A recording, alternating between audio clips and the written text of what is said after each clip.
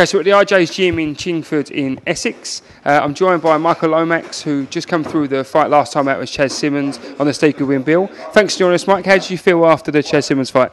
Yeah, no, good. I mean, he's a stepping stone, but for myself, I think we need to do it again straight away because he's shouting his mouth off. Unnecessary. I've been a gentleman the whole way through it, and he feels like he can beat me.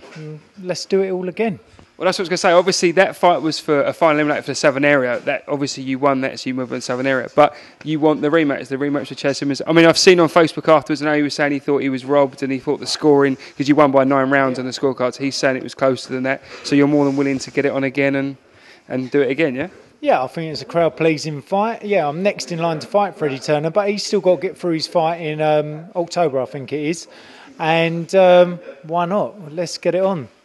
So December the 13th, we'll hopefully look to make that fight, okay? So just, obviously, we'll try and make that fight December the 13th. Just tell people a little bit about how long you've been boxing for. Obviously, we know you've been boxing for a while. You fought some really, really top names. I'll let you mention those. And just tell them, obviously, what you've done so far and what your plans are, hopefully, now for the next 12 months or so. Well, for myself, all in total, I've been training and boxing 28 years. So I am a bit of the old boy on the scene. I've had 135 amateur and pro fights, lost 22. Won the senior ABAs, funded by the lottery, and then as a pro, I haven't had it easy. I've been training full time, plus running a business, husband, dad, and I fought some of the best boys out there. You know what I mean? You've got Kell Brook, who's world champion now, Frankie Gavin, challenged for the European title. You've got Craig Watson, he was Commonwealth champion. I think he was even British champion. You've got the likes of Bradley Price, I've lost to him. He was European champion. And the other night, a young guy called David Ryan, he went and won the Commonwealth title. I beat him. So like all these boys I've competed with, have done really well. And I'm just waiting for that right chance to get myself a British Commonwealth or European title fight before I call it a day. But like your age is just a number. And I think I look in great shape for 36. So talk about Dave Ryan, we use that as an example, you say you've beaten him before. Does it frustrate you a little bit seeing these guys you've beaten beforehand go on and win titles and you sort of almost been a bit forgotten almost? I have been forgotten. Like when I first turned pro, I had 5 fights in the first year.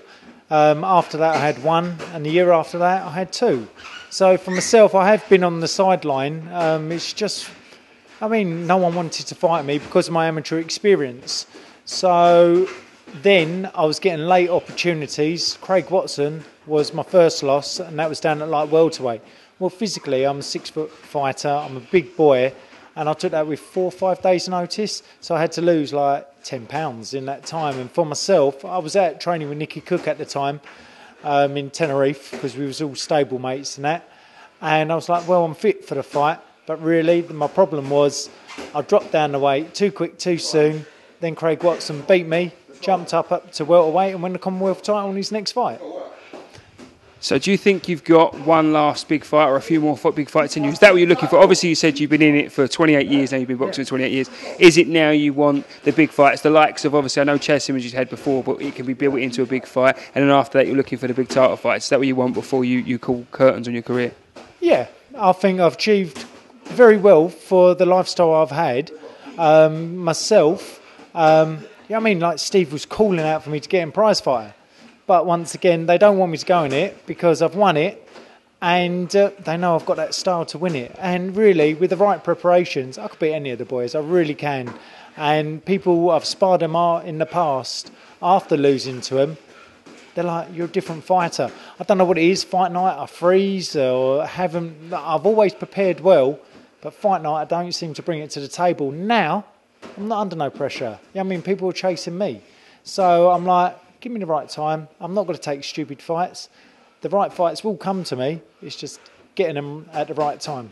So do you think, obviously, now you're maturing into, obviously, the latter years, you feel you're in a much better place and better prepared to have these fights? Like you say, you're freezing in the past. You feel now the age is actually a help rather than a hindrance? No, it's a massive help because my fitness has always been good. But it's the knowledge I'm bringing into the fights and how to duck and dive and hold on the right times. I'm not a dirty fighter. Look, everyone knows I'm a very good skilled boxer. So if you want to beat me, you're going to have to try and get to me. But at the same time, I'm used to forward aggressive fighters. So if you want a chess match, I can box. If I want to fight, I can fight. Okay, so now with the maturity, it's helping you with the right. Just talk a little bit about obviously your trainer Rod. I know obviously through your years you've been in the game so long, you've trained with a few different trainers, but obviously we're down here at the RJ's gym this evening. Just tell people about Rod and obviously the stable you've got here. Well, Rod, he's actually known me when I was a kid, more than anything. It's 17. I've known him from owning gyms and running gyms. And I just trained down his gym one day. And I was like, "Oh, mate, how's it going?" Like, "Yeah, not bad." And just gone in there, just introduced. At the time, I was training with Jason Rowland. And we needed a gym to train. So I said, "Jason, let's go down to RJ's. Nice setup and that lot." And it just wasn't working for me with Jason. Look, he was a lovely guy in that. But for me, travelling, working around work, where Rod, he's got his own gym. So he was working around my times. And that's what it's always been. Like, I had a great trainer, Paul Cook. He's had good fighters behind him. But I couldn't deal with the times. You know what I mean? 4 o'clock, I don't finish work till 6. So it's like, what has to give? Boxing don't pay my bills. My business pays my bills. And I do boxing because I love it. And that's the whole setup with my whole career. So obviously you've got a growing stable here, and I know obviously Rod's and RJ's gym is gradually grown. There's more and more fighters. Just tell us a little bit about some of your stable mates you've got here. Well, we've got Sol. He's the biggest lightweight you're ever going to see. He's like 6 foot, 6'1", punches like a mule. A lot of ability. He's still young in the game, so he they always have a 10-round challenge with me. When someone can last 10 rounds with me without huffing and puffing, holding on to me, then they know they're fit, because I know what I'm doing in there. So I come here, I'm like, who have I got today? Oh, right, you got Justin. Like, he's another young guy, a light middleweight, very tough. But then I'll spar guys up to 13.5 stone. And they're trying to let the bombs go and that, and I just dance around them. I'm just like, look, this is what I'm doing. So the amateur experience and the experience of the pro game comes in, right? So big ring, small ring, I dictate things, and that's what I enjoy. And I had a year out, and Rod was like, well, why don't we have another go at this? And I was sparring with young boys, and I was getting my own way, and I was like, all right then, let's change things. So we stepped up to light middleweight. And having a year out, Steve got me the right fight against Tresno. And I mean, he was number 1 in Russia or Lithuania or somewhere like that, and went straight into number 8 in the British ratings in BoxRec. And I was like, well, okay then. Who's my next fight then, Steve? How long's this going to be? So Steve looked through the things and he was like, well, do you know what? Let's have CHAS. CHAS he's a fiery fighter. I said, look, he's pulled out against me a couple of times, I think even once as an amateur, and another time when he was underneath Frank Maloney back in the day, who's changed her name. And basically, they were like, no, it's not the right fight. So he pulled out then, and now, the second time lucky, on Steve's show, we've had the fight, and he feels like he can do it all again, and this time he thinks he's going to beat me. So again, touching on it before, obviously he was saying that it was much closer. He thought he was almost robbed. He thought it was a draw. Thought he may have won. So it's really now you're saying to him that you don't need him, but you're willing to fight him again, just to put it all to bed once and for all. I will guarantee I will knock him out. And I'm not a puncher. So he'll turn around and tell you, no, Lomax can't punch.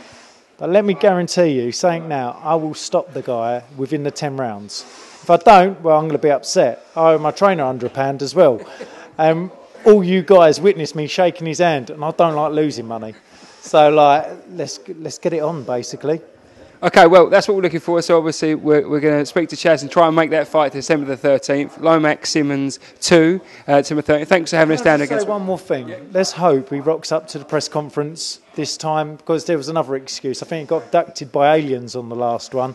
He did send a statement in, though, didn't he? Oh, yeah, well, was that a statement? Well, you're better off sending stickmen next time. So December the 13th, we hope to do it all again. So obviously, CHAS, if you're watching this, which I'm sure you would have done, Michael would like to do it all over again. We'll be in contact soon and we'll get that sorted out. But thanks, George. If anyone wants to get in contact with you, can they get in contact with you, Facebook, Twitter, or via RJ's on Facebook? Best through RJ's gym. What is your details. Just RJ's Gym Facebook, isn't it? So if anyone wants to get hold of Michael for tickets, etc., RJ's Gym on Facebook, speak to Rod, and it will get all sorted out. Thanks so much, Mike. Thank you very much.